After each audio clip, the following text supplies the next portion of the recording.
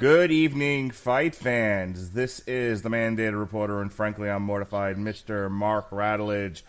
And this is our TV Party Tonight extra boxing coverage. Saul Alvarez, otherwise known as Canelo, versus Daniel Jacobs for the middleweight title unification. Here to commentate on this fight with me is Pat Mullen, and shortly we'll also be joined by Robert Winfrey as soon as he wraps up MMA coverage. How you doing tonight, Pat? I am doing well, Mark. I am excited to see something we haven't seen in a while. That's an undisputed title fight in one of the staple divisions. I am ready. All right. I don't know how much of the earlier fight you saw. Lamont Roach Jr. defeated Jonathan Oquendo by unanimous decision. Joseph Diaz Jr., another junior, defeated Freddie Fonseca. It was a 7th round TKO. The corner stopped the fight. I believe, if I got the names right here, Virgil Ortiz just defeated Mauricio Herrera. I want to say by knockout. By a vicious one-punch knockout. Outstanding. Good stuff. So what do you think so far?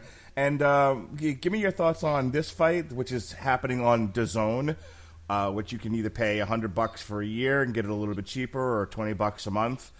We're giving it a test run tonight here as we do this boxing coverage. So yeah, give me your thoughts on tonight's fights here. And you were also watching the fight on ESPN. Go ahead and fill our listeners in on what's going on there, because if they're watching DAZN, I believe you said definitely DVR the ESPN card. For sure. So the ESPN card that we are not doing commentary over at the moment, that's obvious. It's not on ESPN Plus. It's actually on good old regular ESPN. So you can watch that on basic cable. On Sling, I think it's available. But it's a really great card. It's Artur Beterbiev, Radivoj Kajajic. Say those names 3 times fast. Both of them are 2 of the top 10 light heavyweights in the world. Beterbiev holds the IBF light heavyweight championship. Basically is considered on the same level as your Sergey Kovalev. Really top-tier light heavyweight. Alexander Rodzik being another one. This is a fight to watch. The opening bout of the card, Derwin Ancajas, who was the Athlete of the Year of the Philippines last year, and Ryuichi Funai of Japan put on a barn burner for the IBF Junior Bantamweight title in the opener. That one, I cannot stress enough how much fun it was to watch. Outstanding. All right, so let's switch back over to DAZN here, our Canelo versus Jacobs card. Have you had the opportunity to watch any of the undercard fights tonight? So I got to step in during the Virgil Ortiz-Mauricio Herrera fight. And, Ortiz is looked at as a guy who is potentially a world champion, and Herrera was seen as somebody who's going to make him work and test him a little bit. Not expected to beat him, but make him, like I said, make him work. Make him have to put rounds in. Make him have to put an effort to get an offense off. Herrera's older. He's on the B side of his career. He's probably best known for a very controversial loss he took to Daniel Garcia back in 2014 for the undisputed junior welterweight title in Puerto Rico. Most observers, myself included, had Herrera winning that fight by a pretty comfortable margin, only to see Danny Jacobs get away with the titles and Herrera never contending for a world title again. He was older here. He was really, he was visibly soft around the midsection, but I was still impressed by what I saw from Ortiz. Guy has tremendous power, great finishing instincts, and to this point, Herrera in his career had never been stopped. He ate a vicious right hand that really put him out. It was impressive. Outstanding. All right, now let's go over to our MMA desk, as the UFC had a UFC Plus card, a UFC on ESPN Plus card tonight. Al Strong Island Iaquinta versus Cowboy Donald Cerrone. Ladies and gentlemen, with the MMA coverage, the Howard Lederman of our 3-man broadcast, it's Robert Winfrey. How do you do, sir? Yeah, I kind of want to die after that card. It's always happy times when you join the broadcast. Look, no, not a joke. That card, top to bottom, was like deep fried ass. Oh boy. And I've seen a deep fried ass or two in my time. So You want to know how many fights on this card were actually worth watching? It was Walt Harris or nothing. 2. Okay. And to be fair, that's 2 out of how many? 12. Ooh. All right. Main event was good. Cerrone and Iaquinta, solid 5-round fight. Both guys, very disciplined performance from Cerrone. And Al Iaquinta is just one unbelievably tough human being. Yeah, he ate some shots. Yeah, I was like, he really went toe to toe with Cerrone, and I mean, he took some good shots, and he came away bloody, but he gave it his all. Cerrone did win by unanimous decision, didn't he? We didn't. The judges from this Canelo fight weren't there to give it to Iaquinta, were they? No. Cerrone wins unanimous decision. 2 49-45s, 1 49-46. My score was 49-46 for the record. No, for whatever that's worth. No 10-8 rounds, huh? I think you could make if they were under the new scoring criteria, you could make an argument for, I believe it was the 4th, when Cerrone dropped him with a couple of front kicks to the face. Yeah, so but I don't think under the... Wasn't that the one he also dropped him with the jab? No, that was a different round. Okay. I think that was the 3rd. Again, under the new scoring criteria, you could make a 10-8 argument. Under the old one, I don't know. I have a much harder time justifying that, utilizing the language and the language and the scoring criteria that are present under the old unified rules of MMA. All right. Well, 50 words or less. If you can sum up the rest of this deep fried ass, do it for us, and then we'll get back to boxing. Okay, tell you what. Let's go just buy the card. So that was the first fight. Co-main event: Derek Brunson versus Elias Theodorou. Ass.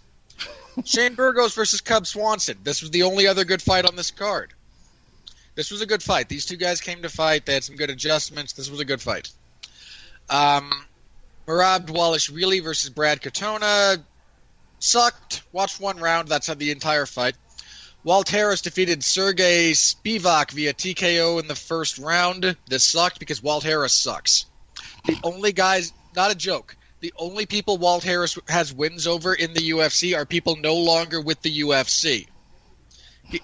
Like the combined record of people he's officially beaten in the UFC is like 0-26. Oh my! I mean, that's an exaggeration, but the point, like, I think they have like one win between all of them, maybe 2. I think Asker has a win, and I think Cody Eastman had a win, and that's it. Walt Harris sucks. Anyone who loses to him is even worse. Andrew Sanchez defeated Marc Andrade Barriel via unanimous decision. Andrew Sanchez sucks. If he wins a fight, it probably sucks. This fight sucks. Macy Chiasson put a beating on Sarah Morris. If you like one-sided fights, okay, but other than that, this was a glorified squash match. Vince Morales defeated Ayman Zahabi via unanimous decision. This fight sucked. Ayman Zahabi is like the personification of his brother's philosophy on fighting, which is low activity, and then bitch about a decision.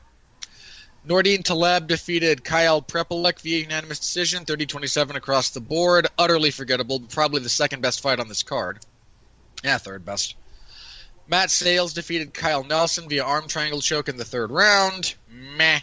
Very slow fight. Okay. Arjun Buller defeated Juan Adams via unanimous decision. Good God, kill me now. I never want to see either of these guys fight again, ever. And Cole Smith defeated Mitch Gagnon via unanimous decision. This was a lot of meh. I honestly don't remember anything about that fight. This sounds like one of those cards where you covered it because you were paid to, not because you enjoy MMA. That would be correct. I do it for the big, big checks I get every month. Sure. Hey, I heard you say you had to put new tires on your car. You got to earn it, baby. Yeah, that's only a $400 expense. All right. Well, we'll go into plugs at the end of the broadcast here. In the meantime, while Pat had to step away from the boxing desk for just a moment, so go ahead. Now, we often joke on the Rattlegion Broadcasting Network that Canelo often gets gifted decisions because now that Floyd Mayweather has retired and Conor McGregor shit the bed as a boxer, he's the only bankable pay-per-view star left in boxing, and now he's kind of, he's the boy. He's the lead here for DAZN. They're trying to sell this app to people. Considering how much they're paying Canelo, yeah, they're going to make sure he wins. So we joke that no matter who's fighting, no matter what's happening, Canelo always wins. That's the joke. Ha ha. But let's try to be serious for just a moment in honor of Lance Storm. Canelo Alvarez should have lost 2 out of his last 3 fights. He was gifted decisions. Trying to move forward here. So tonight he takes on Daniel Jacobs. Now, tell me what you think about this fight. What do you think of Daniel Jacobs as an opponent? All things being equal, how do you see this one playing out? I mean, you can't set me up like that and not have me go 120 to negative 5 million for Canelo Alvarez after 12 rounds.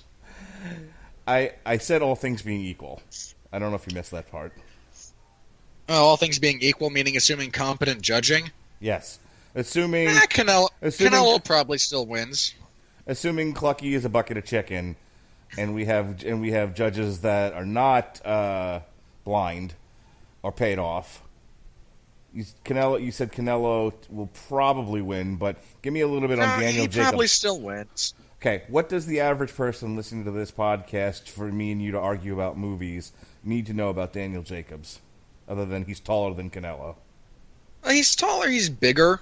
Daniel Jacobs is the more natural middleweight out of the two. In fact, I don't know if you and Pat talked about this before. We didn't. We really have. This is you are first to the mic. Well, while Daniel Jacobs didn't miss weight, oh god, Canelo doing that hold me back, no let me go routine with his cornerman is hilarious. While Daniel Jacobs did not miss weight on the scale, there was apparently a clause in place for this contract where both on fight night could not weigh more than a certain amount. I forget what exactly it was. I want to say 170, something around those lines. Again, I could be mistaken, so don't quote me on that. And Jacobs did not make that particular weight limit for the second weigh-in, so to speak. So one of Canelo's titles is not on the line. I forget which one. The IBF title is what friend of the show Gavin Napier said earlier. Here, I'll pull it up real quick. Okay. Yeah, I assume it would be the IBF, and the others are still kind of up for grabs. Again, Jacobs is the bigger guy, but I don't know how he's going to fare against Canelo's kind of being Canelo. I mean, I give the guy a lot of grief, and in some respects it's kind of a shame that he is such a promotional favorite and gets all this preferential treatment because the man can actually fight. I don't think he beat Gennady Golovkin, mind you, but I think that's the only decision. Those are the only decisions on his record I take issue with. Other than that, I think he's pretty legitimate as far as all of his wins. But I am not as up to speed on all the details of his career as I should be, so my apologies for that. Jacobs only has losses to Gennady Golovkin and then earlier in his career to Dmitry Pirog. Again, it's not like Jacobs is a can, mind you, but I mean, since that loss to Golovkin, if you look at the guys he's fought, he's just, I don't know. I'm not sure he's going to be able to deal with the power that Alvarez brings. I'm not sure he's going to be able to deal with the body work that Alvarez tends to bring into these kinds of fights. And I think Jacobs is probably a bit more flat on his feet than Alvarez is, and considering that Alvarez can be very, very flat on his feet, that's saying something. B2. All right, joining us back here on the broadcast desk is the one and only Pat Mullen. Pat, all right, we talked to Robert Winfrey about his thoughts about what Daniel Jacobs needs to do to survive in a fight with Canelo Alvarez. Here's the setup. The judges are not clucky. They are actually competent people. They are not blind. They are not crippled. They are not retarded. So taking that out of the equation, one, how do you see this fight going? Two, what does Daniel Jacobs have to do to get a underdog victory over the golden boy, as it were, Mr. Cinnamon, Canelo Alvarez? I know that conventional wisdom says that he doesn't want to go toe-to-toe with Canelo. He doesn't want to stand there and exchange with him. He doesn't want to be right in front of him. He wants to move. He wants to utilize lateral movement, give head and shoulder feints. I disagree. I think he should take the fight to Canelo.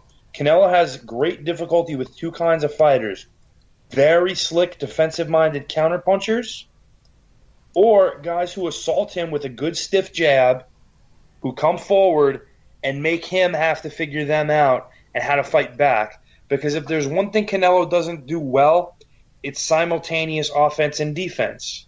Daniel Jacobs is never going to be confused for Floyd Mayweather or Erislandy Lara.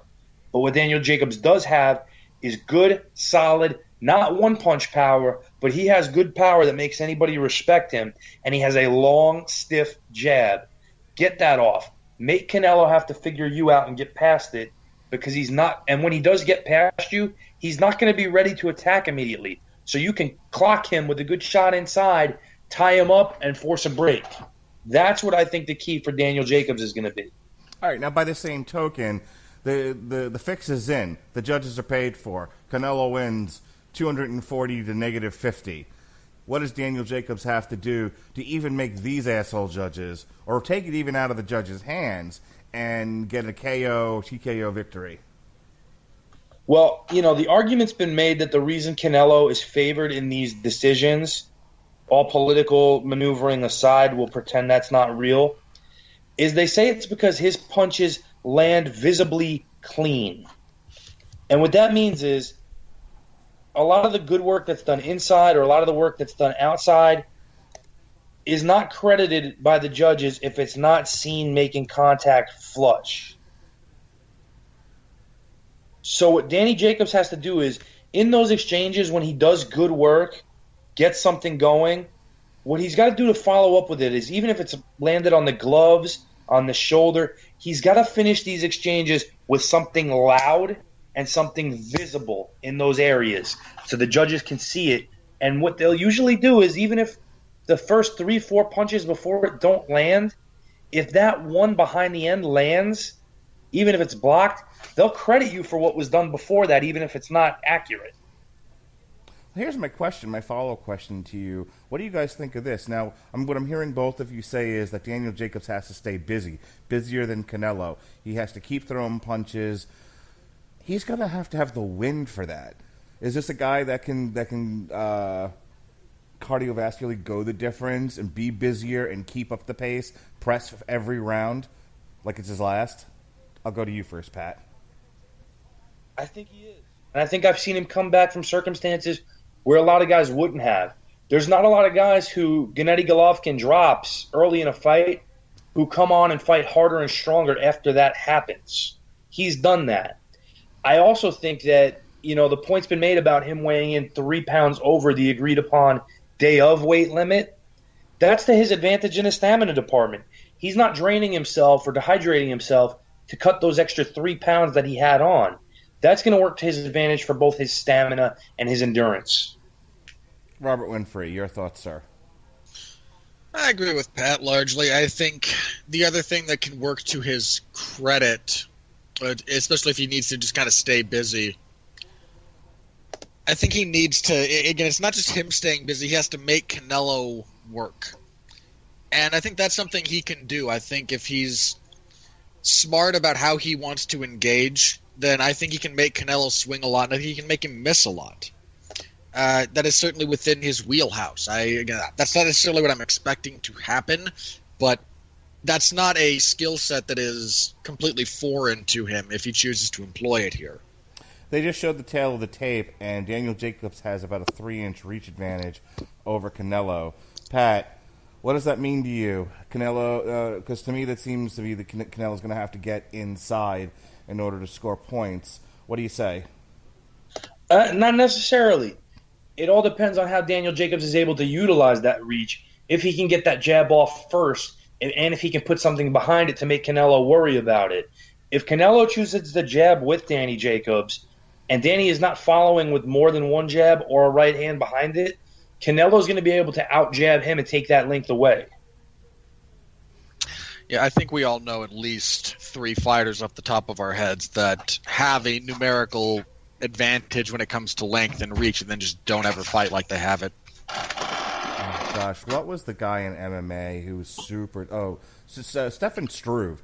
Yeah, Stefan Struve had like a mile-long reach, and almost anybody he fought, and half the time fought like he was a midget.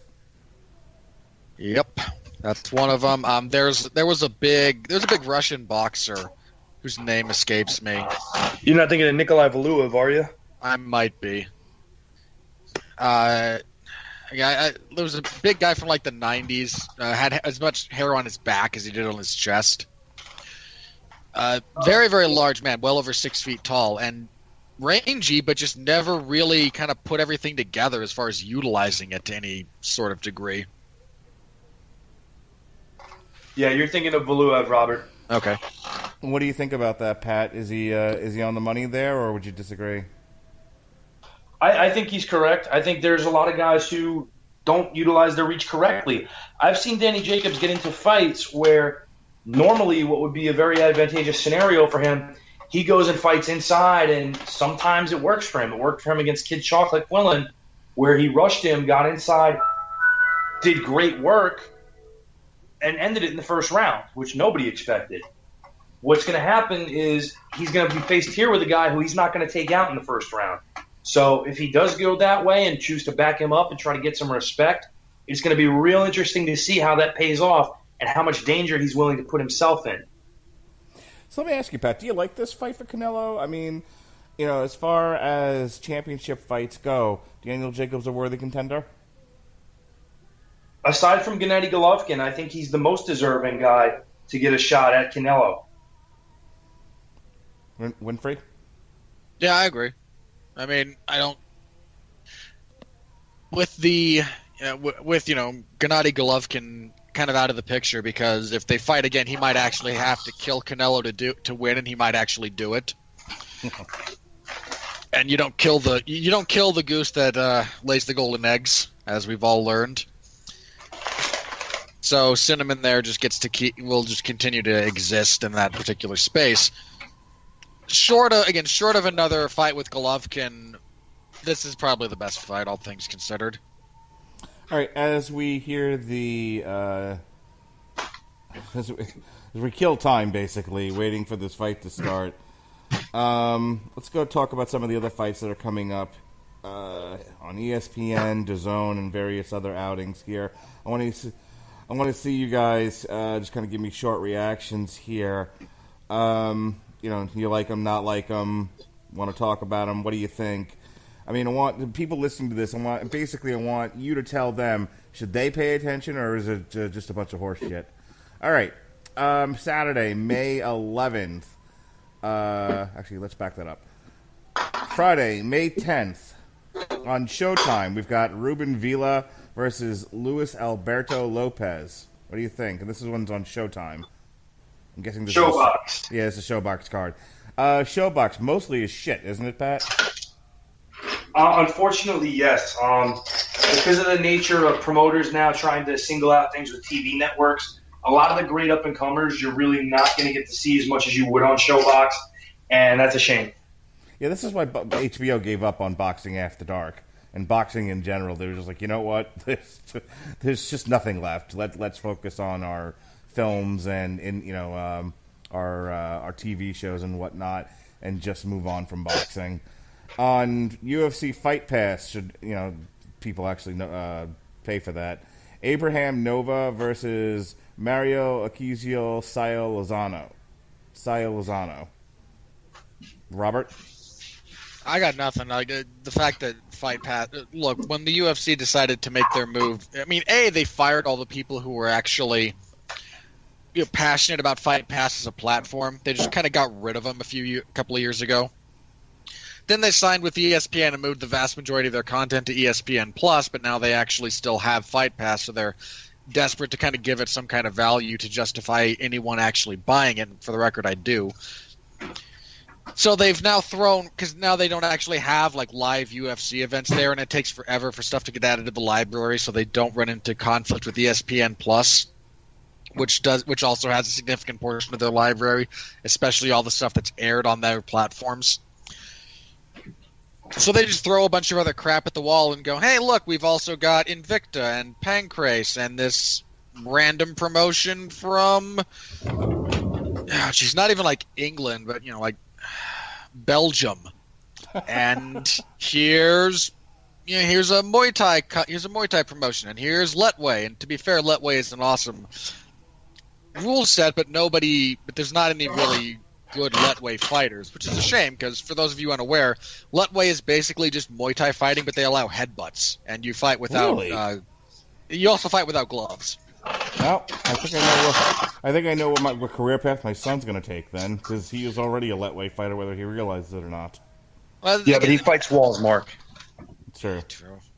I mean, and to be fair, when I say without gloves, that's not without wraps. There are hand wraps, and so it's not bare knuckle. It's just there's no gloves, and yeah, it's Muay Thai rules, and you get to use headbutts, and it's fun. I like the rule set, but if you look at any of like the really good Thai fighters, they just don't compete in Letway because why would I risk headbutts? And then you have a bunch of people in Letway who just aren't.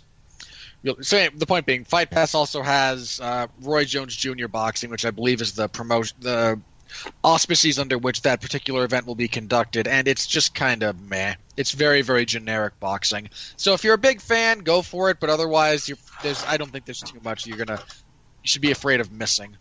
Saturday, May 11th on ESPN Plus, we have Francisco Vargas versus Miguel Berchelt. Yeah, that's a good fight. Miguel Berchelt is a lot of fun to watch. I highly recommend that if you have ESPN Plus, which if you do, I'm very sorry. On Fox, this is one we should be doing, Pat. Saturday, May 11th, Julian Williams versus Jared Hurd. Jared Hurd is a guy who could very well be in a big fight very soon. He's one of the more talked about fighters just on the outskirts of that pound-for-pound top 10. And another big showing on a network show should get him that big fish fight that he's been landing, or looking to land, I should say. All right. We'll have to, if both of us are happen to be sitting at home on Saturday, May 11th, we may have to just bring you some more commentary. We'll see. We have very busy lives. All right. Friday, May 17th. I'll say this for Jared Hurd. He fought a better fight against Landy Lara than Canelo did. Ryan Burnett versus Gilbert Gamera. This is taking place in Northern Ireland, Belfast, on ESPN Plus. Robert? I mean, watch it if you want to take an over-under on a bomb being set off, because Northern Ireland, but... That's racist. And out of date. I don't think the IRA is still a thing, is it? It sort is. Of. There was a big power struggle within the NRA. A lot of them defected. There's still the true NRA, which are still out there, but it's not nearly as bad as it used to be. That's very true. But they're not the sexy terrorist group they used to be. The Middle East. Hold on. Now everyone ISIS gets all the airtime, or Hamas in a sympathetic light because reasons. Yeah. If you are, I'm going to skip this next one and go right to this. If you happen to have bought DAZN, and I have, so has Pat, at least for this month, Saturday. I'm sorry about that, you guys. Saturday, May 18th, we've got Noya Inoue versus Emmanuel Rodriguez from Glasgow, Scotland, on DAZN. Pat? Yeah, I got nothing. Is it Ensign Inoue in any way? No. Then no, I'm out on this one. Did they seriously just stop and restart his entrance because this audience hasn't been punished enough? Yes. I'm struggling to kill time here. All right, Saturday, May 18th. This is the real deal. This is the real main event. This is what everybody, true fight fans, need to be watching this. If you have Showtime, this is the fight for you, especially if you enjoy heavyweights like I do. Deontay Wilder, speaking of long reaches, versus Dominic Brazil from the Barclays Center, where if you're Dominic Brazil. From the Barclays Center, where if you're a fat guy, you will not fit in the seats, nor will you have any room for your knees. Look, Deontay Wilder once again fights someone not Anthony Joshua because there's too much money to be made off Deontay Wilder, and he's not going to fight anyone who's actually any good. And the last time he did fight someone who was any good, he lost. He should have lost a horrible decision, but hey, payoffs. And calling Tyson Fury objectively good is being very generous. So we expect you all to tune in to the Showtime fight, and I'm going to convince Pat to somehow find a stream of it so we can talk about it. Hot diggity. All right. I doubt you will be successful in that endeavor. All right, May 25th. We've got fights on ESPN, USA, Fox Sports 1, and DAZN. Another one on DAZN. So you've got Jamel Herring versus Masayuki Ito. I'm right here in Kissimmee, Florida. I will not be there. Austin Trout versus Terrell Gausha. And Carlos Takam versus Alexander Usyk.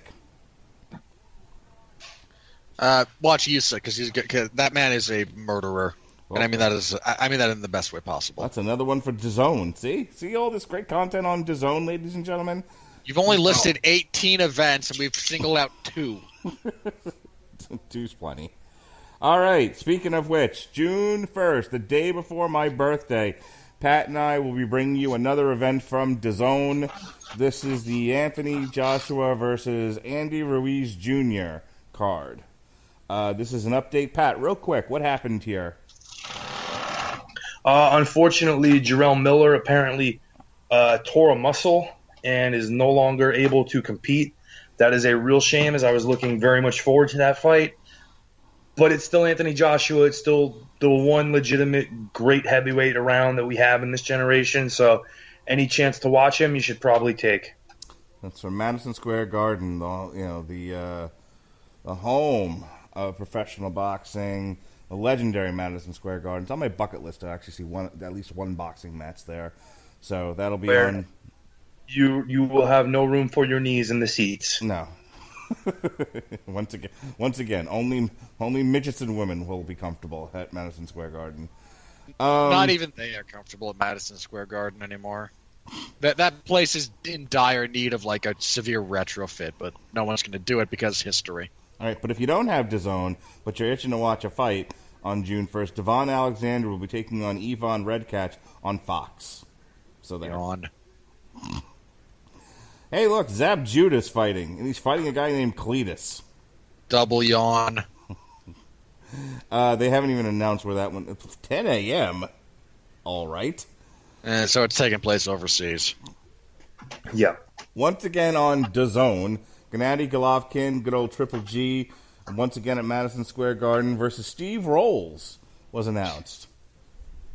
Yeah, somebody felt bad about how badly they screwed him twice, so they give him kind of an easier fight to win. Trying to convince Pat that we should cover that one. I mean, it's Triple G. He's always worth watching. But well, here's the thing, okay? We're very close to bell time, and we'll see the judges: Glenn Feldman, Dave Moretti, Steve Weisfeld. Dave Moretti is a horrendous judge. I will just let you know.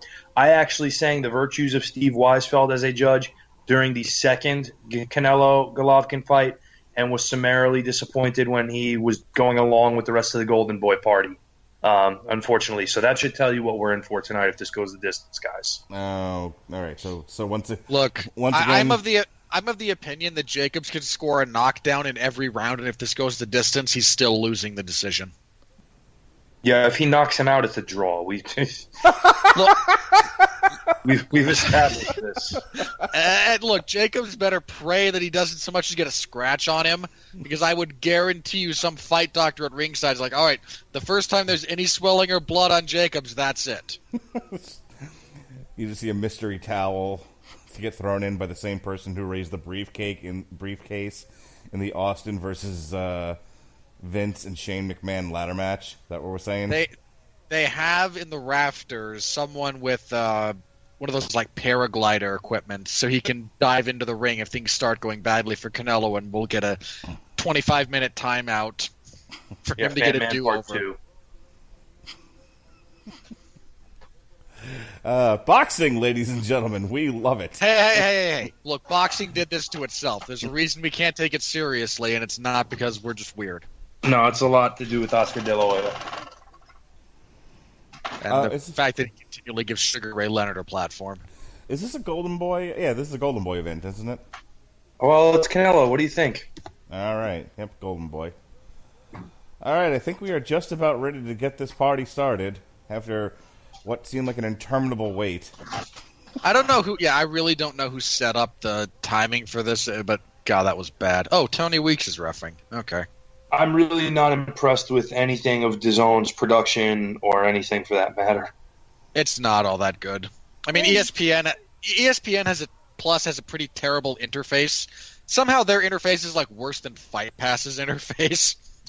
I mean, Fight Pass's interface will let you, rewind, pause live action, pick up where you left off, that kind of stuff. ESPN Plus, not so much, and DAZN is not all that. Is like somewhere between the two. I mean, yeah.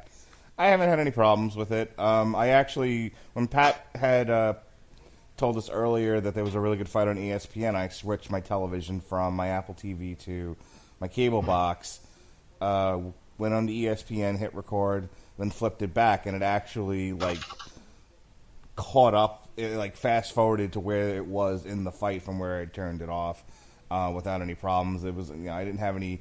I've had more major buffering issues with the WWE network than I've had with this. That's because more people use the WWE network. Fair enough. All right. And we're underway. Yes, we can finally stop bullshitting here and actually call the fight.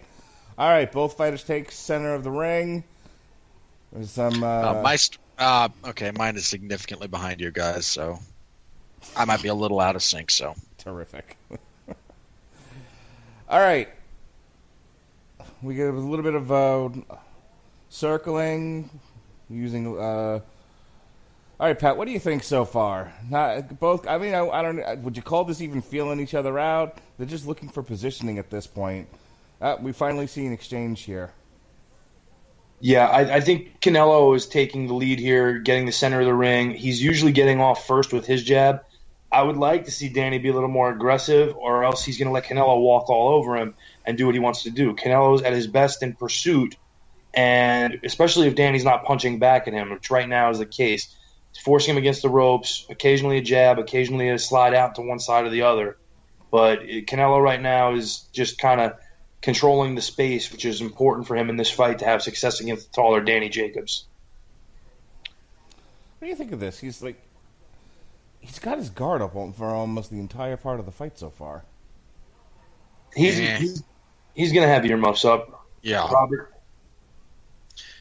Yeah, he really is. That's going to be the defensive posture he adopts for this fight. I don't think he's worried at all about the body shots that might be coming back his way, which is why you see the hands up that high. It exposes the ribs, but I don't think Jacobs has demonstrated consistently the type of body work and power that's going to trouble him. And if he'll adjust if it does, I think, but until demonstrated otherwise, I think he's more worried about his head. All right, and we do see Daniel Jacobs using the jab. He's flicked it out there now a couple of times. He's staying busy, as we talked about before, but he's not really finding any success as Canelo seems to be covering up. Yeah, Canelo's the one. Go ahead. He needs to be more authoritative with that jab and mix it up. If he pokes him to the head, poke down to the body, and then back up to the head, like he did there, that's a better sequence of jabs from him. That's going to force Canelo to move out of the center of the ring and have to take the back foot. And if he can do that, he'll have success. We've also seen Canelo once or twice throw that sweeping left hook upstairs without anything before it. That's an opportunity to counter when you see it coming. He always leans and then sweeps with the hook from a distance. He's swung that right to the body a few times. He's not even really hitting the ribs. He's more hitting the hips than he is anything else. Pat, for casual fans who are watching this and wondering, what are the judges looking for here? Are they looking for do they tend to award more for punches thrown, or are they strictly looking at punches landed? Well, what they're supposed to be looking at is punches landed. The bottom line on scoring criteria, clean, effective punching is your primary that outweighs all others. Whether someone is being aggressive and throwing a lot of punches weights differently with judges, unfortunately, and that is the end of round one.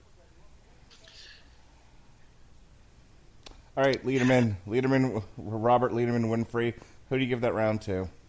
Clearly it goes to Canelo by a margin of about 20-5.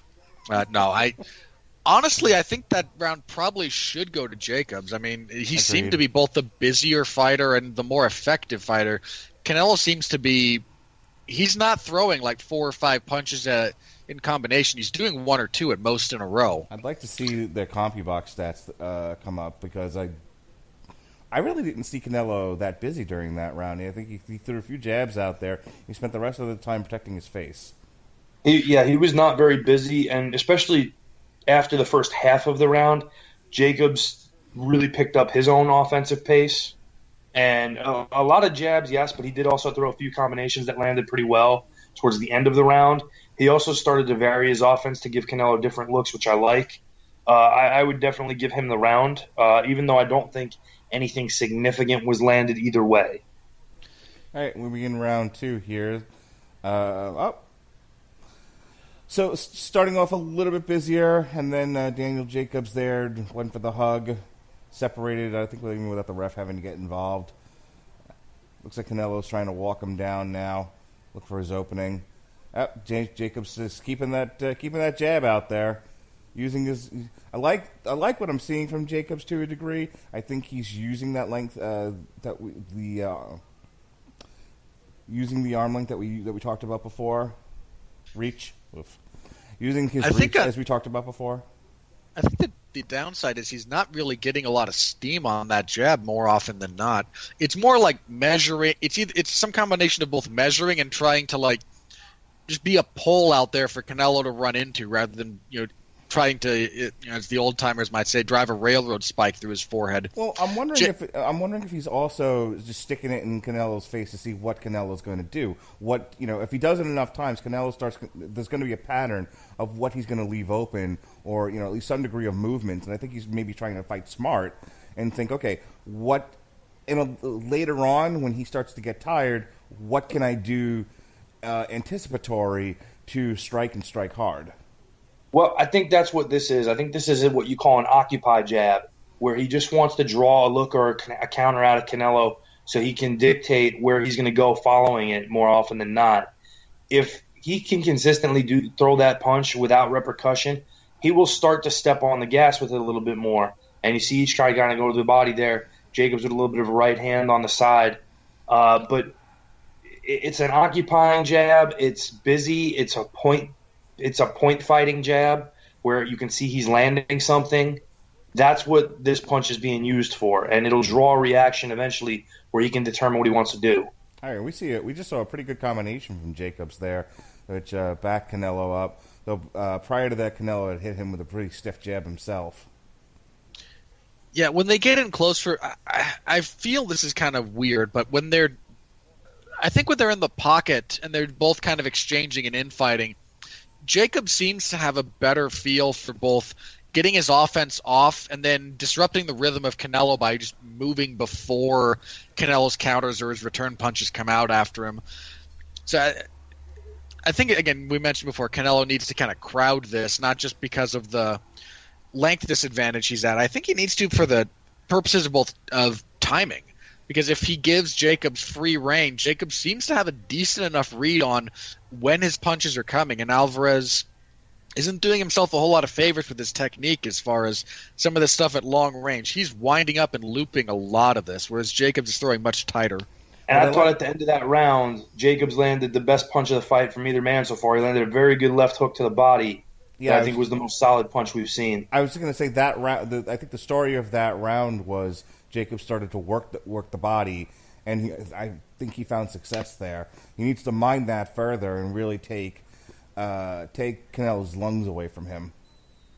What we also saw there, subtle defense from Jacobs, where in those exchanges where they got in close, not only did he get hit and step to the not vulnerable side, but he also used his arms to basketball-style box Canelo out and get himself out of that punching range where if something was landing, he's going to have his arms extended where the likelihood is it's not going to land on where it's intended. It's going to hit his elbow, his bicep, his forearm, which he's okay with.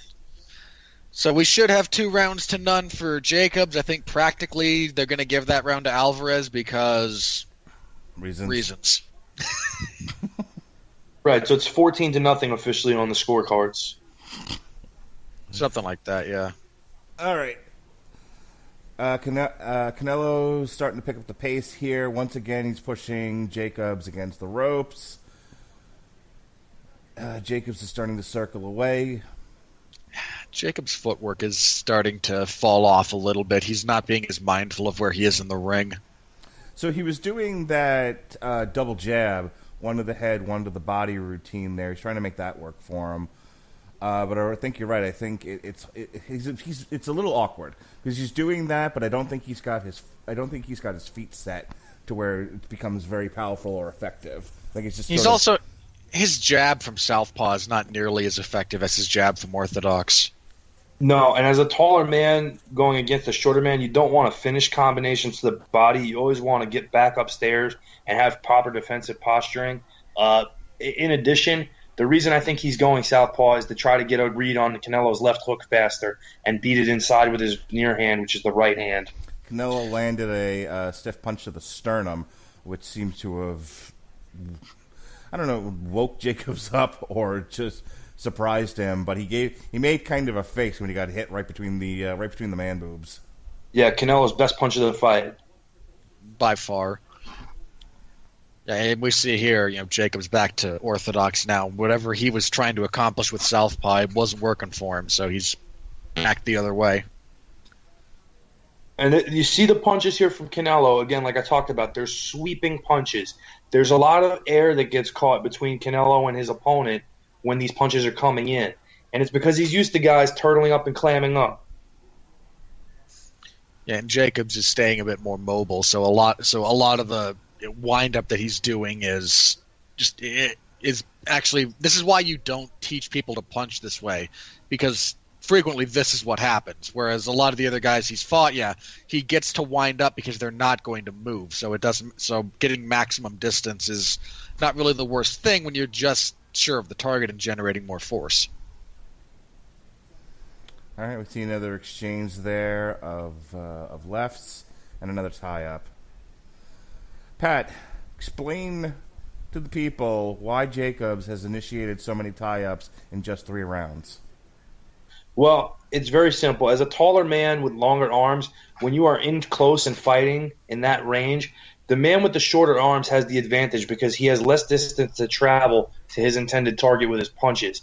As a taller fighter, you're at a natural disadvantage. So what you want to do is get those arms tied up, get out of harm's way as much as you can, force a break, and reestablish distance legally.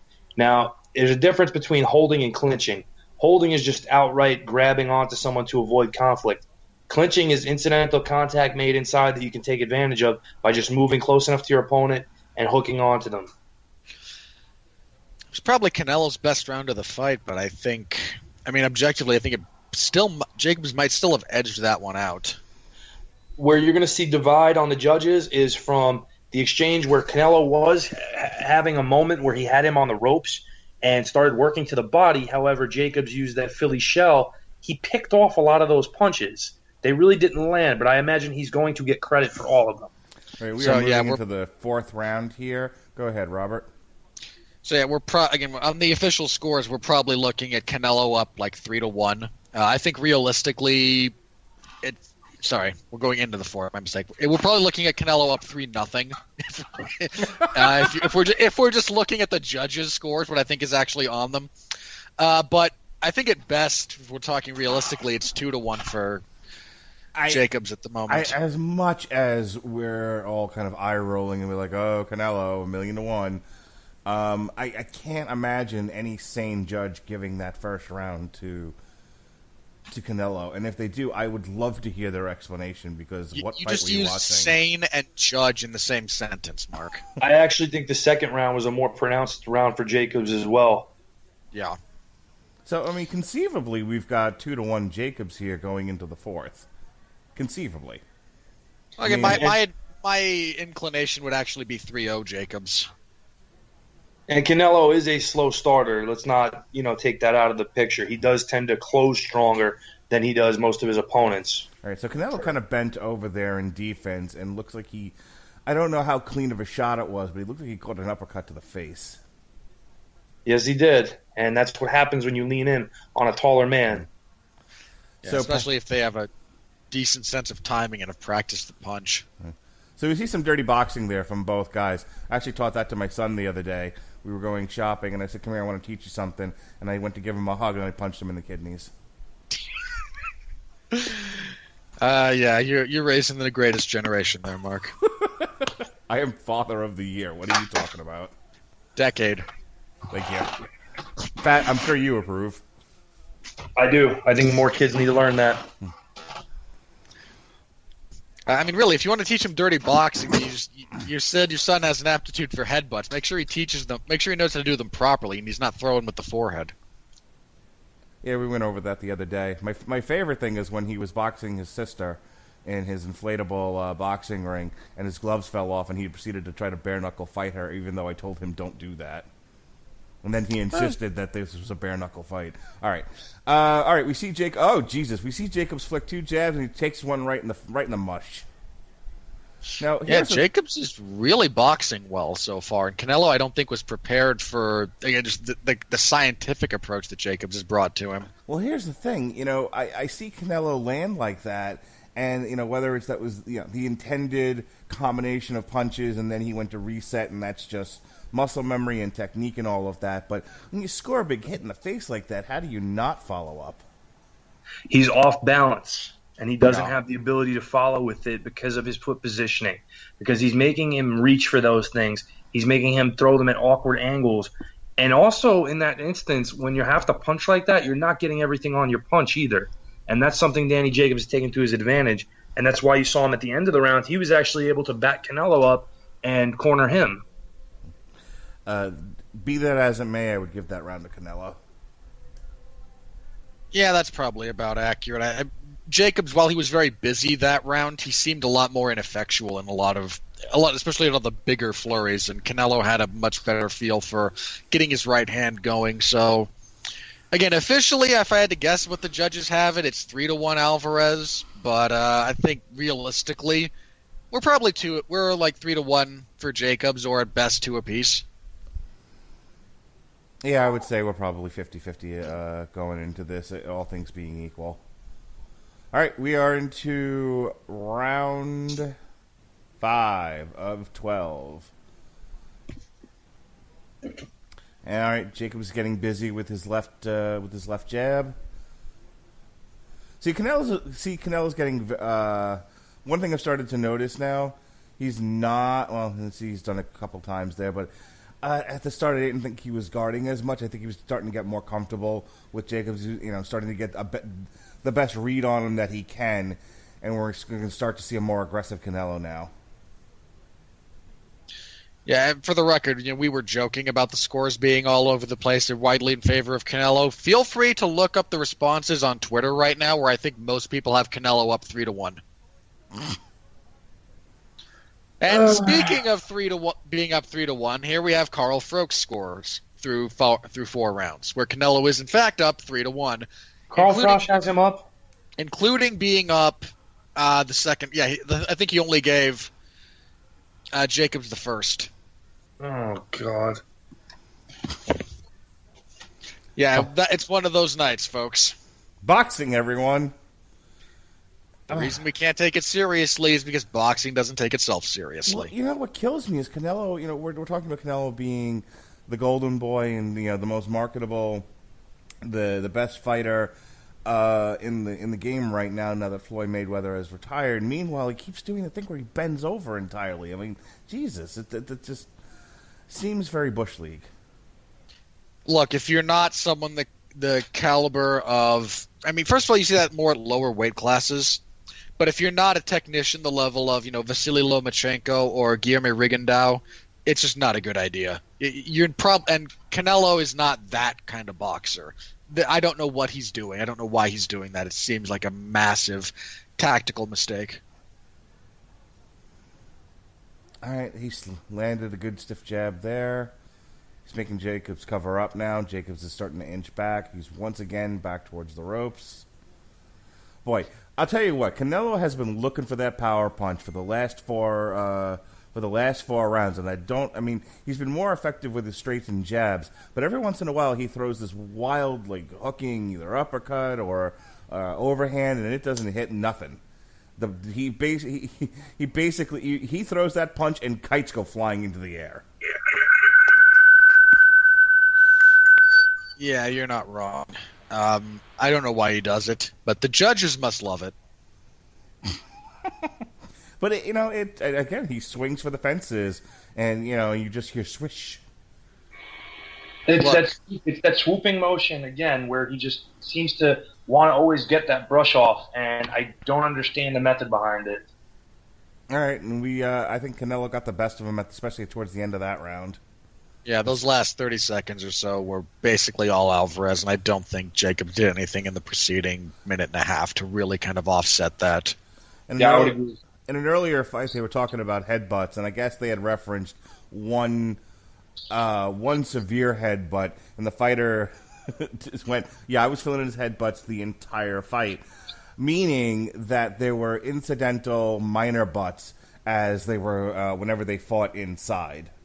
And I'm wondering how much of that just affected Daniel Jacobs as they were fighting in, and it wasn't like a massive rearing back and nailing him in the nose or anything. But I feel like Daniel Jacobs was sort of butting up against his face and his head and his forehead.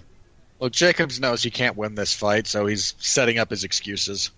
Bear in mind, when I say knows he can't win, that doesn't mean that he won't be the better fighter. It means there's no way he's going to be allowed to win this fight. I give Canelo that one, so I think through 5, that would mean Canelo is now up, I believe, 3-2. I've got it 3-2 the opposite way. Okay, yeah, 3-2 for Jacob. Sorry, I'm not writing these down, so I'm trying to go off the top of my head. All right, and we've got some scores here. Canelo has landed 60 punches. He's thrown 166 for a 36%. They moved it away. But it was Jacobs at 43 of 214 for 20%. Well, that certainly illustrates that he's keeping busier than Canelo through the 5th round, which is what we said needed to happen. How if that translates into him winning rounds, that remains to be seen. Now you see here, Danny was in a defensive posture. He cobra'd out of that. It's called a cobra when you strike out of that. Oh! Look at that. Scores with a series of lefts from Daniel Jacobs, and Canelo brushes it off. But he felt those. Go ahead. Yeah, that was cobraing. You get out of that shell, see one opening, and pop off one side because it's there. I promise, Pat, I'm not going to yell out "Mamma Mia" if there's a knockout or anything. I want you to know that. Look, man, you're not Morrow. I frankly, I more expect a big kibosh from you than I would a Mamma Mia. El kabong. All right, and we see another clinch here from. Now, Pat, getting back to the whole clinching thing. No, sorry, a good night, Irene. You will throw out the good night, Irene. I might throw out a good night, Irene. We see another clinch there. Looks like it was initiated by Daniel Jacobs. Are we having a wind issue here, or is it just a way to sort of reset, frustrate Canelo, et cetera, et cetera? No, because if you look at where it's clinching, it's usually after he's scored and Canelo finds his way inside, which is the intelligent thing to do. I think it also has to do with ring positioning. A lot of those times it's him landing before Canelo can get off his counters, and Jacobs is the one with his back to the ropes when he does that, and he's just trying to kind of avoid getting stuck there for any prolonged period of time. We almost saw a headlock there by Canelo, and wrong sport. Maybe not. It's fixed. Yeah, I mean, God. Looks like a pretty good uppercut from Canelo there. Ooh. So, if you're wondering what that ooh was, Daniel Jacobs sort of ducked under Canelo and he grabbed him by the waist at the same time and then let him go. Kind of a slick move there. Yeah, Canelo's employing the famous Sugar Ray Leonard style of trying to win fights here, which is don't lose badly and then flurry very hard over the last few seconds. Yeah, and I don't think it worked that round. I think that was Jacobs' best round in a while. Yeah, I think numerically that was Jacobs' best round, and again, watch it actually go to Canelo when people are talking about, what when the judges actually score it. But yeah, that would put Jacobs up 4-2, I believe. Man, Canelo looks very, very frustrated almost with how this fight is going. I have to wonder if Canelo thought he was going to get an early knockout in this fight. I really don't think that. I know he's an egomaniac, but I think he's a little smarter than that. Daniel Jacobs hasn't been knocked out in over a decade, and when he was, it was against, a guy who was a very good fighter at the time named Dmitry Pirog in a very early bout in Jacobs' career. If Golovkin can't finish you early, there's a very good chance Canelo can't. Yeah, and again, for the record, while we have Jacobs up 4-2, in all likelihood, Canelo's up like 5-1 or 6-1. Right, Canelo's starting to come alive here in round 7 of 12. We are more than halfway done with this championship middleweight unification fight. Canelo came just steamrolling out of the corner, landed a series of punches, backing Daniel Jacobs up. And he's continuing to do so. He's staying right in his face, fighting less defensively now, more offensively, not letting Daniel Jacobs get an inch. Daniel Jacobs has a counterpunch there that finally backs Canelo off, and now Canelo's fighting a little bit more defensively. See, and that's a mistake. He's got to jump right back in Daniel Jacobs' face, push him back. That's what he had his most success so far. He's got to continue that. He cannot let Jacobs get comfortable again, especially after having a good round. He needs to reassert himself the way he did the 2 previous rounds. Yeah, you're also starting to see a bit of the firepower differential between the two parties. When Canelo really decides to go, Jacobs has to retreat. Even Jacobs' best, offensive flurries have not really troubled Canelo all that much. Hook there from Daniel Jacobs. I'm not sure if it found its mark.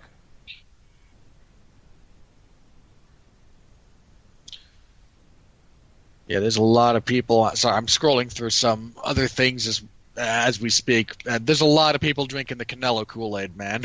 There's a lot of them. Daniel Jacobs just threw a flurry at Canelo. Canelo brushed it all off. He didn't seem affected at all. No, but this is one of the things we talked about earlier where he's a one-way guy. He's not going to answer back on those flurries. He's going to wait till they finish before he fires back. Yeah, Canelo, again, one of the big knocks on him, I imagine, is again that he's one way or the other. He's either offensive or defensive, and I mean that's one of the things that Floyd in their fight exploited. It's one of the things that Gennady exploited, quite frankly. Has anyone ever? I don't think anyone's ever knocked out Canelo, have they?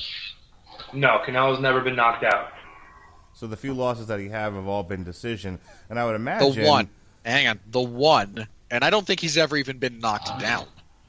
No, I've seen him hurt. I've never seen him knocked down. So he only has the one loss to Mayweather, and that's it? That's it. Officially. I mean, again, should have been 2 losses to Gennady Golovkin, but... Hey, we're not going to beat that horse to death. I'm not sitting at my computer anymore, so I can't do the horse noise. Ha There we go. All right. And Daniel Jacobs tries to get in Canelo's face there towards the end. Not a whole, just a lot of thrown punches, nothing really landing, and then he gives the audience a nod for good measure. By the way, I love Daniel Jacobs' shirt. I want one of those. I believe Jacobs in that round threw our first crotch shot of the night. I mean, I think he punched Canelo in the dick. Well, somebody had to. Yeah, I imagine that's a Canelo round, all things considered. So we're starting to even things up as far as that goes.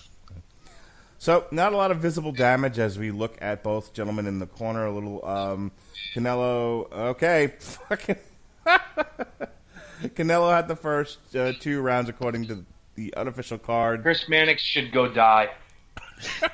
This is no. I'm gonna go off on a tangent now. I'm sorry. This is fucking please. bullshit. Look, this is real. This is real motherfucking bullshit that you're seeing with a scorecard that has given Canelo all but 1 round, and this is why people don't give a shit. This is why I don't give a shit about boxing anymore. I literally only do these because Mark wants to do them, and I like to podcast every so often. Mark and I have fun together. But this is the dumb shit about why nobody gives a fuck about boxing anymore, because you have bullshit like this that goes on where there's an agenda to be pushed. And I'd be more okay with it if you told me this was the plan ahead of time. If you did this pro wrestling style where you told me this is the guy who's supposed to be the star and everybody was okay with it. But what you're trying to do is piss on me and tell me it's raining, and I'm not okay with that. Thank you, fuck you, bye. Pat Cornette Mullen, thank you, everyone. For the record, Carl Froke did score that last round for Jacob, so he has Canelo winning 4 rounds. Excuse me, more.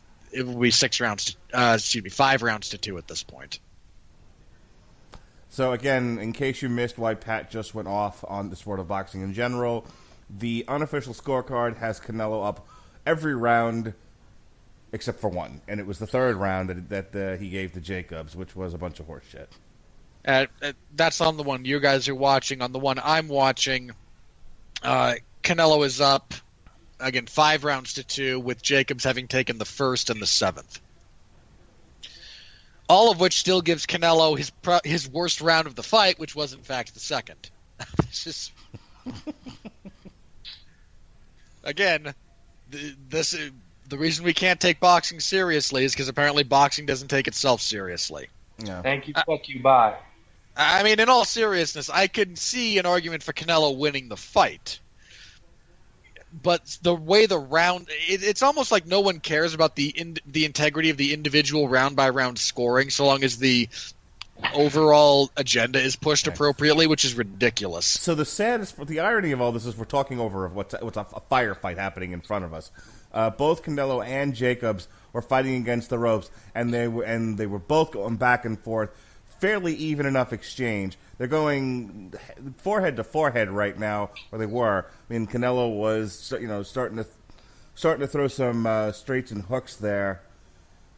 He's still going. Daniel Jacobs is covering up now. They are standing in the center of the ring, ladies and gentlemen. Daniel Jacobs just scored with a left hook, which seemed to land flush right on Canelo's ear. Canelo took it with no problem. Daniel Jacobs is scoring now more hooks to the head. Yeah, these guys are finally got the engines really cooking along here. And now Jacobs has Canelo. Not enough time in the round. Jacobs finally had Canelo against the ropes. Canelo was starting to feel him, and he was saved by the bell. And Canelo will win that round. 10-8. I don't understand what's funny about that. Again, you think we're lying? Like we can make these. You think these are jokes? This is an actual that's an actual prediction about how the scores are going to read. I need it's a fucking bunch of bullshit from you, Pat. I mean, listen. Right now, I've got the score 5-2-1 for Danny Jacobs. I could see it 5-3. That's about as good as I could see it right now. I can't see Canelo having more than 3 rounds in the bank at this point. Now, you're talking we're going into the 9th round. He has to conceivably win every round on my scorecard to win the fight. Win all but one to get a draw, barring knockdowns or point deductions. Think that's how it's going to play out? Me neither. Yeah, again, feel free, anyone... I don't know how Twitter records these things, but go back through some of the... Again, there's a lot of people smoking the Canelo dope here. They're snorting a bit of the cinnamon. There's a lot of people who think that giving Jacobs more than 1 round is dubious, and again, I don't agree with that. They understand how boxing works then. Yeah, I think Chris Mannix is a fucking scumbag. All right. I'm so fucking tired of this. Maybe it'll work out, Pat. There's a lot of people going... That's the unofficial Look, there's a lot of people going 6-2 Canelo. That's a very popular... Jesus fucking Christ. read. Are you serious? You think I'm joking?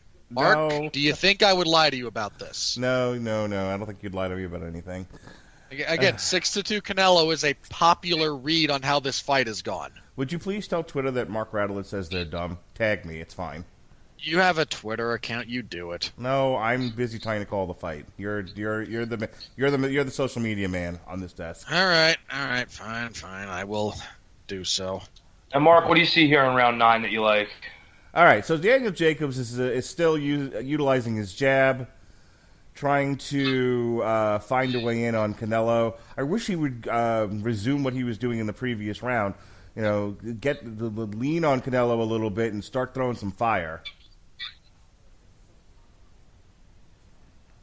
Canelo's opening up a little bit offensively here, but it's not consistent. It's 3 punches, deep breath, and then wait for Jacobs to either move, respond, or cover up. He just scored big time with a left there, which another one that gave Jacobs a bit of the warbles.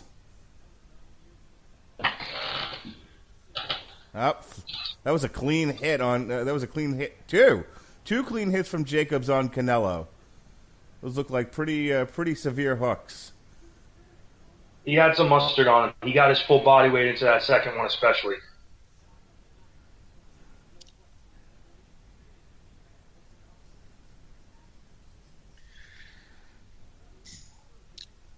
Yeah, Canelo is really leaning on his left hand to be kind of his setup punch here, and unfortunately it's just not working for him. With less than 30 seconds to go, I don't believe Canelo has won this round, and it's just a crying shame if the judges actually give it to him. Oh, he's gonna get it. Yeah, Mark, why do you think he's not going to get it?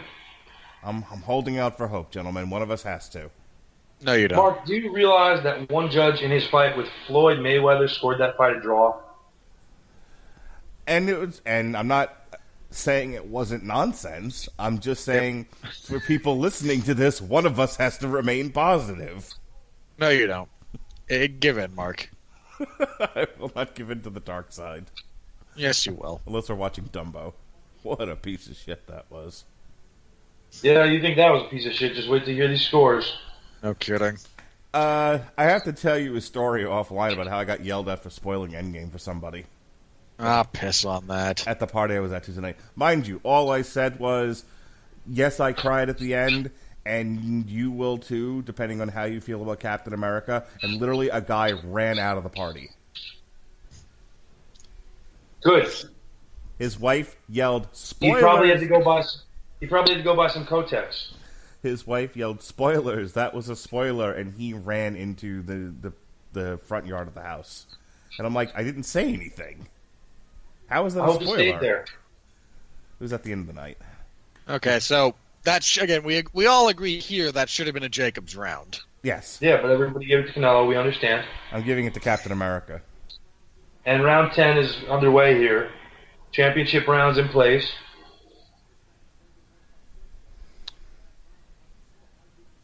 You know, now Canelo seems a little more desperate. Yeah, it was a wild swing on him. It wasn't set up at all. He just sort of threw out a haymaker. Yeah, he didn't look good in between corners as far as that goes. He looks like someone who knows he's losing a fight, even if he knows the fix is in. All right, Canelo landed 71 power punches to Jacobs' 52. Yeah, that's not an accurate statistic. No, it is not. I mean, I would love to know the criteria they have for determining a power punch. Anything that's not a jab, despite how hard or soft it is. That's the legitimate criteria. That seems dubious. I mean, okay, A, that's a little dubious. B, Jacobs would still be ahead. Also discount stiff jabs as not being power punches, even if one guy's stiff jab was better than one guy's soft hook. Yeah, that's fair enough.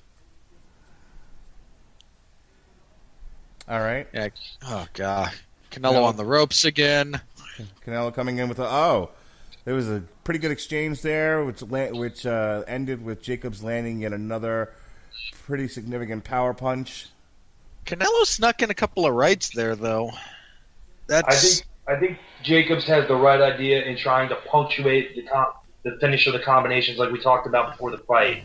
He's got to leave that lasting impression with something at the end. Yeah. Yeah, just to kind of touch on something we talked about earlier, if you look at Canelo's defense, as the fight has gone on, he has stopped a lot of just the earmuffs in raw space. He has adopted more of a Kind of the Tommy Hearns or the Philly Shell style of distance fighting. I'll tell you what. Let us assume you gave all first 5 rounds to Canelo. Canelo's is starting to lose this fight. I would say this second half has definitely been very strong for Jacobs. Definitely. Jacobs has just started finding the target so consistently, and while he doesn't have this massive firepower, he's getting there, and he's getting there a lot. He's landed some really clean, powerful punches. Well, we talked about him needing to keep busy. He's done that, and Canelo has not. While he's had a few significant flurries, none of them have really ended with enough landed punches to where you could legitimately give him those rounds. With that, I question whether the 170-pound contractual obligation for the day of the fight was beneficial to Canelo. At this point, yeah. Are you insinuating that maybe he's a bit drained, that he's a bit lethargic? Yeah. Yes, absolutely. Because even in the fights with Golovkin, while I don't believe he came close to winning either fight, there was a great right hand by Jacobs. He did finish stronger in those fights, in those last 3 rounds, than we saw him really through any other course of the fight, other than maybe one odd round in the middle section of both fights. Yeah, he seems way out of his regular form for whatever reason at this point. I would have liked to have seen his corner. You got to see Jacobs' corner there, but I wanted to see Canelo's. I want to see if he's breathing heavy. He was breathing heavy between the last 2 rounds. Well, he's been touched a lot more to the body in this fight than he's used to. And I'm sure that's something that's adding into those troubles, besides potentially maybe having to keep too much weight off. Because Canelo's a big middleweight. There's been a lot of talk of him moving to 168. He's already fought there a couple times.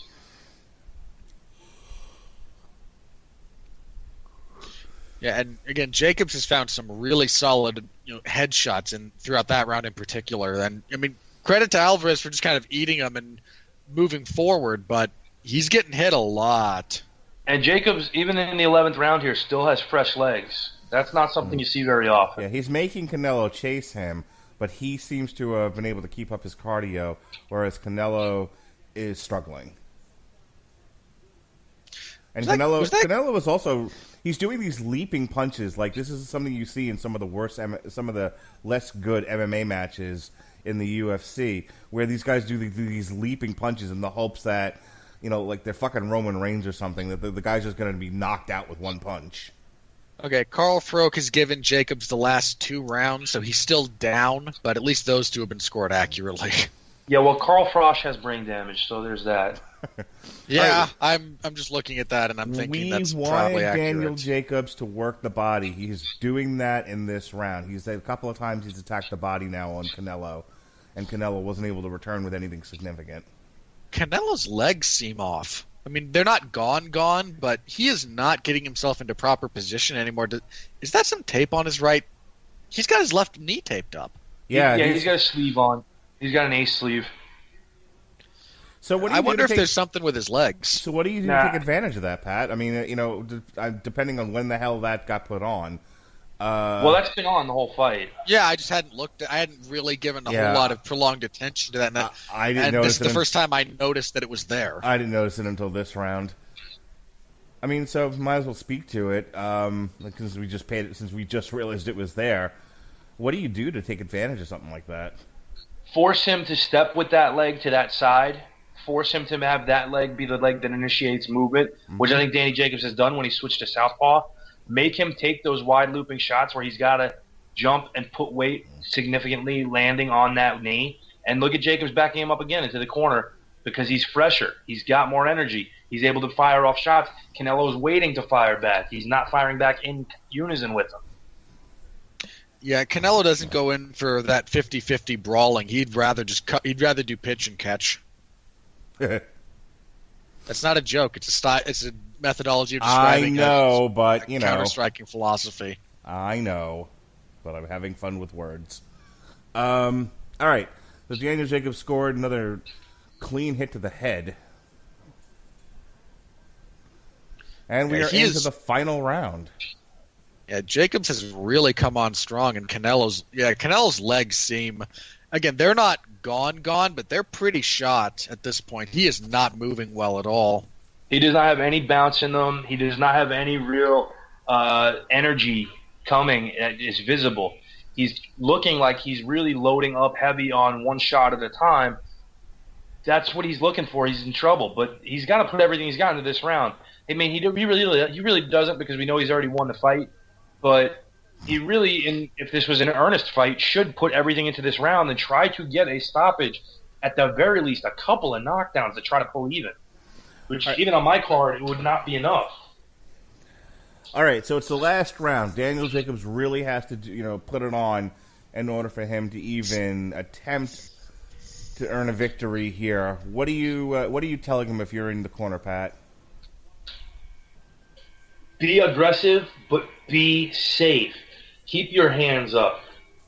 Work first. Initiate and close the sequences. Don't go chasing anything that's not there, and don't take stupid chances. All right, we see them with some early exchanges. Canelo's sucking some wind between rounds, because I know, Mark, you kind of wanted to see that. He's not in the best shape. And slip. Of course, it's a slip. Oh, Jesus Christ. Yeah, we are not in sync here, because I just now saw him fall all over the mat there. Yeah, a little bit of a spot there on the center logo is not uncommon, especially towards the end of a fight card, where Tony Weeks is going to call it. He wants to get this taken care of. Yeah, good on the ref. I mean, there's a lot of water on the mat in the opposite fighter's corners.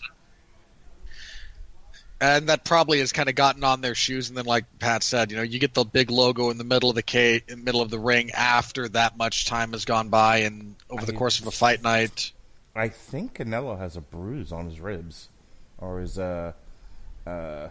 kidney area. He's taken a lot of punches in that area. It would not be surprising in the least. Jacobs, I know a lot of people will say this is giving Canelo a respite. It's necessary for the fight right now. Jacobs is the one who fell because of that. But Jacobs also is getting a respite here too. Not that he looks like he needs it. He's very calm in the corner and composed. Canelo is very intense looking in his corner. I really think he understands that he's been in with a really good fighter who's done really well. Yeah, this is one of the better performances from Jacobs. I mean, he has really fought nearly the fight of his life here. And yeah, Canelo's really badly bruised up to the ribs and kind of around the kidneys. He's got a pretty gnarly one on one of his forearms, I think. Are you sure that's not a tattoo? I don't think it's a tattoo. It's either a birthmark or a bruise. You're talking about his left arm, right? His left forearm? I think so, yeah. Yeah, it looks like a tattoo. I'd have to get a better look at it. The angle I had on it didn't look like it did not look like anything that was placed there deliberately, but I could be wrong. Yeah, you can see it now on the TV, right? It's the same side as his back tattoo. Yeah, okay. We're back in. I don't see a lot of desperation from either guy at this point in time. Oh, they both think they've won. We've got less than a minute here. We're working our way towards 30 seconds. Oh, and yeah, another shot to the ribs from. And there's a good uppercut. Jacobs is really staying busy.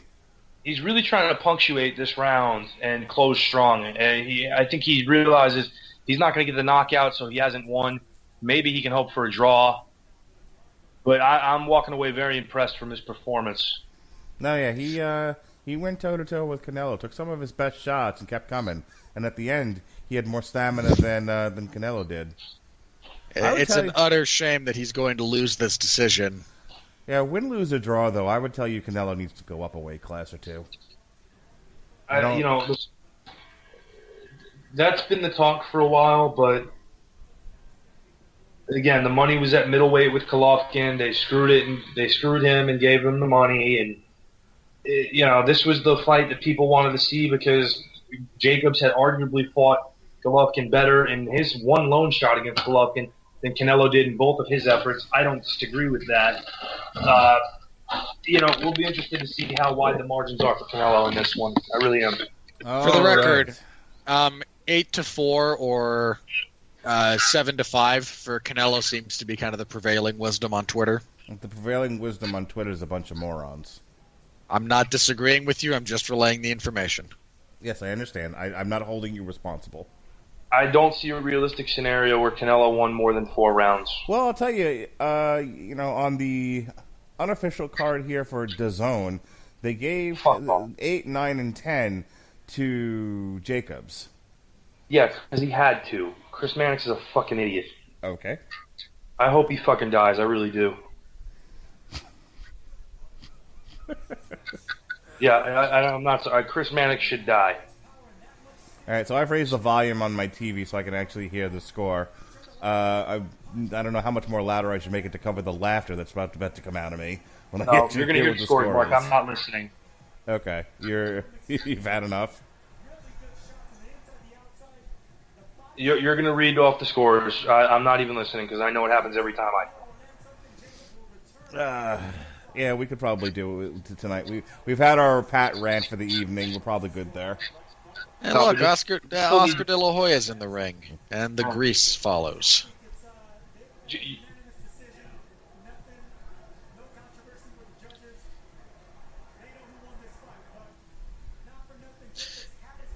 No controversy from the judges. They know who bought them all a bigger house. I was going to say, They know who won this fight. And I'm like, oh, they're talking about Canelo, aren't they? Because I haven't listened to their commentary all night. And this is why, ladies and gentlemen, your home for proper commentary for boxing should be the Rattlegion Broadcasting Network. Nobody bought us, I can tell you that much.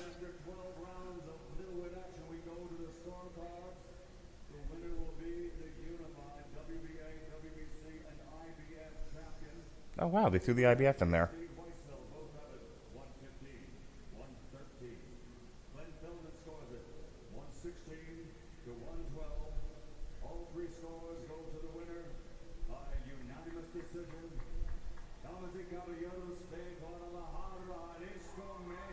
Okay, Canelo won. What was it, 115? Yeah, what a shock. Was it 115 to 113, and then I heard 116 to 112. What was the third one, Robert? I don't know. I didn't hear. Okay, well, somewhere between 115 to 113 and 116 to 112. Might have been 116 to 112s. Either way, nope. Yeah, that is not an accurate representation of how that fight should be scored. No, but we gave away the ending to this thing before it even started. So, I mean, let's not act all self-righteous now. Let's have our laugh or our cry, and let's. Final words here, Pat. Overall, your thoughts on the fight before the shitty score? No, I don't have any. The shitty score pretty much ruins it. I don't know why I keep doing this to myself. I must really like talking to Mark and Robert. Yeah, this is just epidemic of what we expect from, boxing, from Canelo. It's just a lot of bullshit. It's fucking terrible. Yeah, again, 8-4 or 7-5 is, again, the prevailing kind of thought through a lot of people that have watched this. I disagree pretty clearly. I'd have to rewatch it to potentially see if I can even justify a scorecard for Alvarez. And, I mean, there might be an argument in there somewhere, but there's, again, at the moment, there's just a lot of, hey, this is the guy who's... I mean, look, I mentioned it at the top of the show. Given what DAZN is paying Alvarez to be the host of his fights like this, yeah, they're not risking that investment. They're paying him a boatload of money, and you trying to utilize his name to drive up their subscriptions. If you guys think that that anyone's beating him without actually knocking him out, and even then, that again, we joked that might be ruled a draw. That's probably true. All right. You're going to have to do something special to actually beat that guy, not because you can't, not because he's unbeatable, but because of the situation surrounding him at the moment. This dude's more politically connected than the Kennedys and the mob.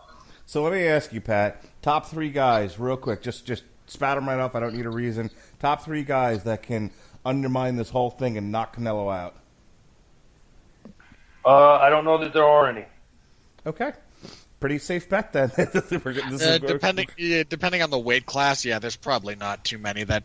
I mean, the reality is that in the weight classes he competes at, real one punch, kind of serious firepower isn't the biggest concern. It's just not all that common. And No, the guys who do have it, he fought the biggest puncher at 160 already, and went the distance with him twice. He fought a good, not great puncher tonight, and went the distance with him.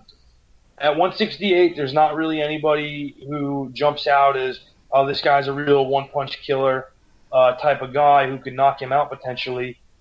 But 175, where he's not going to go because he cannot be protected there from the talent that's there. All right. Well, that is our coverage of Canelo versus Jacobs, such as it was. Fuck that. Fuck boxing, but I like Canelo too. He's part of it. I like talking to you guys too, and so as silly as some of these fights are, I still enjoy doing them. And hey, look, I am a whore for content, as they say.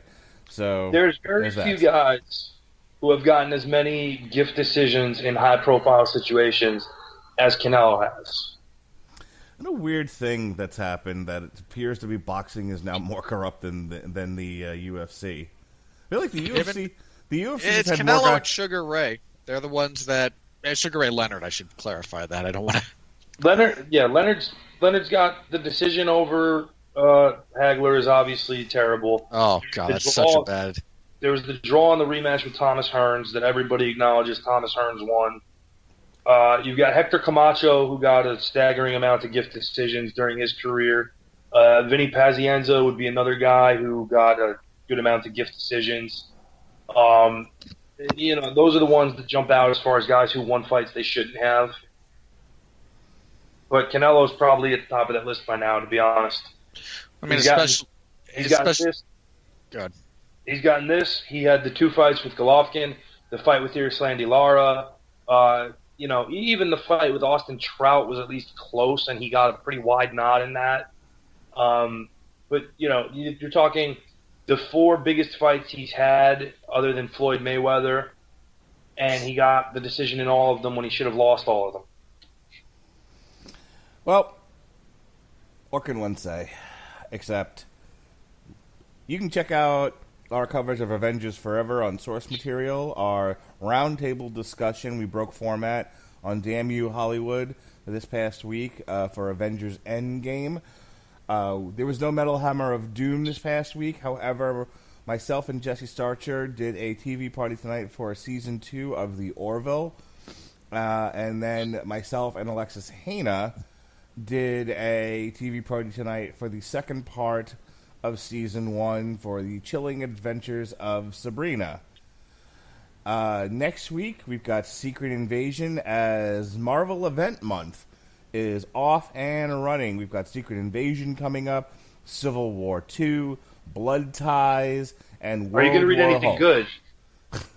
Nope. Secret Invasion, Civil War 2, Blood Ties, and World War Hulk. All right, well, World War Hulk is not bad. We were. Hope you like the Sentry, Mark. We were going to do Fear Itself, but the night that we are recording Blood Ties, my wife is nominated for a teaching award, so I won't be there. So instead, Jesse Starcher and company are doing Blood Ties, and then we find the last event, Marvel crossover event that we're looking at for the month of May, is World War Hulk. We've also got TV parties coming up for Cobra Kai and She-Ra Season 2, and the Metal Hammer of Doom returns with Battle Beast, No More Hollywood Endings. The following week, myself, Alexis Hana, and a very irritated Robert Winfrey are going to review Detective Pikachu. Well, we're going to review it. Robert Winfrey's just going to host the show. I don't know if he's going to actually say anything about the movie because he doesn't want to go see it. Detective Pikachu. Wait, hold on. Ow, wow, static. Ow. Jeez, feedback. What was that? No, I'm not doing this joke with you. Nope. I'll see Detective Pikachu. That looks hysterical. Yes, it does. Jeez, what is with my... Hang on, I gotta check my... You guys can still hear me, right? My internet's not going out? I don't want to do this bit with you. Knock it off. Wise ass. Okay, I can hear you, and apparently you can hear me, so okay, I guess we're good. Detective Pikachu. And there's that feedback again. I don't understand. Hang on. No, wait. Let me check my settings. I want to make sure my mic's not weird. Moving on. Speaking of Cobra Kai, we're reviewing the new White Snake on Wednesday, May 15th. Good old Flesh and Blood. Fantastic stuff when I saw them live. Have you seen them live yet? Boy, David Coverdale can put on a good show. Oh, did I tell you their new version of Bad Boys kicks ass? I did listen to it because they played it, and it was pretty darn good. Yes, sir. Our May entry into the on-trial docket is the Disney iteration of The Three Musketeers starring Oliver Platt. We'll be doing that. What? We'll be doing that on May 16th. Really? How dare you give Oliver Platt top billing out of that cast? Seriously, how dare you? First of all, as Porthos, he's fantastic. I'm not saying he's not. I'm saying that particular, for those unfamiliar, that particular movie also stars Chris O'Donnell, Charlie Sheen, Kiefer Sutherland, and Tim Curry. Yep. The one I remember was Oliver Platt. Okay, and let me just explain why that movie's great. There's a very bad song in it by the trio of Rod Stewart, Bryan Adams, who's my personal friend and member of the Canadian Rock and Roll Hall of Fame, and Sting, called All for One and All for Love. One particular summer night, I believe it was sometime in the late 90s, early 2000s, that all kind of blends together. I may have been walking around my old neighborhood, 40 ounce in hand, with some friends, singing the chorus to that song over and over again. Fantastic. The following week, we've got our... Rebecca De Mornay's in that, too. We've got Rebecca De Mornay's in the movie. We've also got John Wick coverage coming up. We've got a Damn You Hollywood... Nobody cares about that. You're talking about one of the best movies ever made. God damn it. John Wick 3, Parabellum. I also grew a bad beard, so I would look like Kiefer Sutherland in that movie because I had a similar hair thing going on. And I used to walk around and, like, when I would go to pick up a random chick, I'd be like, Sabine. Terrific. Yeah, you showed me that picture. You look eerily like him in that movie. It's kind of freaky. May 22nd, Metal Hammer of Doom, Ilvidi, the new Ilvidi album. And then we're doing a Long Road to Ruin for the previous two John Wick albums. And then just penciled into the calendar, Zac Efron's playing Ted Bundy in a Netflix movie. I watched that today. Well, Robert and I are actually going to talk about it. You're certainly welcome to join us as always. Extremely wicked, shockingly evil, and vile. We're going to do a TV party talking about that movie on May 24th, unless I've got other things to do. And then the last week of May finishes up with our Damn You Hollywood coverage of Aladdin. We'll be reviewing the new Sworn Enemy. Alexis Hana will be joining me for a TV party tonight discussing the final season and, to a degree, the series at large of Game of Thrones. We take a break on Friday the 31st, and we're back in action on June 1st, the day before my birthday. Happy birthday to me. We're going to do commentary for Anthony Joshua versus Andy Ruiz Jr. on DAZN. Andy. Well, look, it's not Anthony Joshua versus Wilder. It's just killing time because they think there's money to be made off of Wilder, so he's not going to fight anyone good. We're hunting humans. It's killing time every day. Indeed. All right, Robert. I hear you cover some MMA. Tell people about it. Yeah, just before I recorded this, I wrapped up coverage of UFC on ESPN +9. The UFC was back in Ottawa. It was not a good card. It was pretty piss poor, actually. It was, oh god, it was so bad. Well, you said it went what? Like 2 for 12 on decent fights? 2.5, if I want to be charitable. You had 2.5 decent fights. You only had 3 finishes, which, bear in mind, is not an indicator of quality. But in and of itself, it's not an indicator of quality. But when you look at some of the names associated, when you see a heavyweight fight that goes the distance, when you see Derek Brunson goes the distance, when you see Andrew Sanchez goes the distance, when you see Nordine Taleb goes the distance, these are not good indicators. You see Cub Swanson and Shane Burgos go the distance, you think, okay, that could be that could be a good 3-round fight. Cerrone and Iaquinta going the distance, fine, but yeah, that was that was not a good card. And you can hear me talk about that in more detail on the 411 Ground and Pound MMA podcast. We'll be reviewing that, and we will be previewing UFC 237, which will come your way May 11th, which is a good card, actually. Your main event for that is Rose Namajunas defending the women's strawweight title against Jessica Andrade, which is a good fight. That's your clear-cut champion, your clear-cut number one contender. I actually kind of like Jessica's chances there. I think she matches up very well with Rose. Jared Cannonier will fight Anderson Silva. Anderson Silva will get a crappy decision because Anderson Silva in Brazil. And Jose Aldo is the third fight from the top because the UFC hates him. And he's fighting Alexander Volkanovski. I have a lot of hope for that fight. In terms of the action, I'm also going to be very depressed when Jose Aldo knocks off yet another rising contender and then will not fight for the belt again because Max would just beat the crap out of him for a third time. Also on that card, Thiago Alves, for some reason. Francisco Trinaldo will fight Carlos Diego Ferreira. Little Nog gets an easy fight. BJ Penn will fight Clay Guida. Oosh. Yeah, assuming BJ's allowed out of the country. I don't... No. You think I'm joking. No, I was still laughing. Yeah, I was laughing at that. He's got some legal troubles there. Yeah, his wife filed a restraining order against him. Some people in his area accused him of threatening them with a machete. Yeah, BJ's... yeah. But right now the fight's still on, so BJ Penn and Clay Guida... Boy, howdy, would that have been a good fight? Never.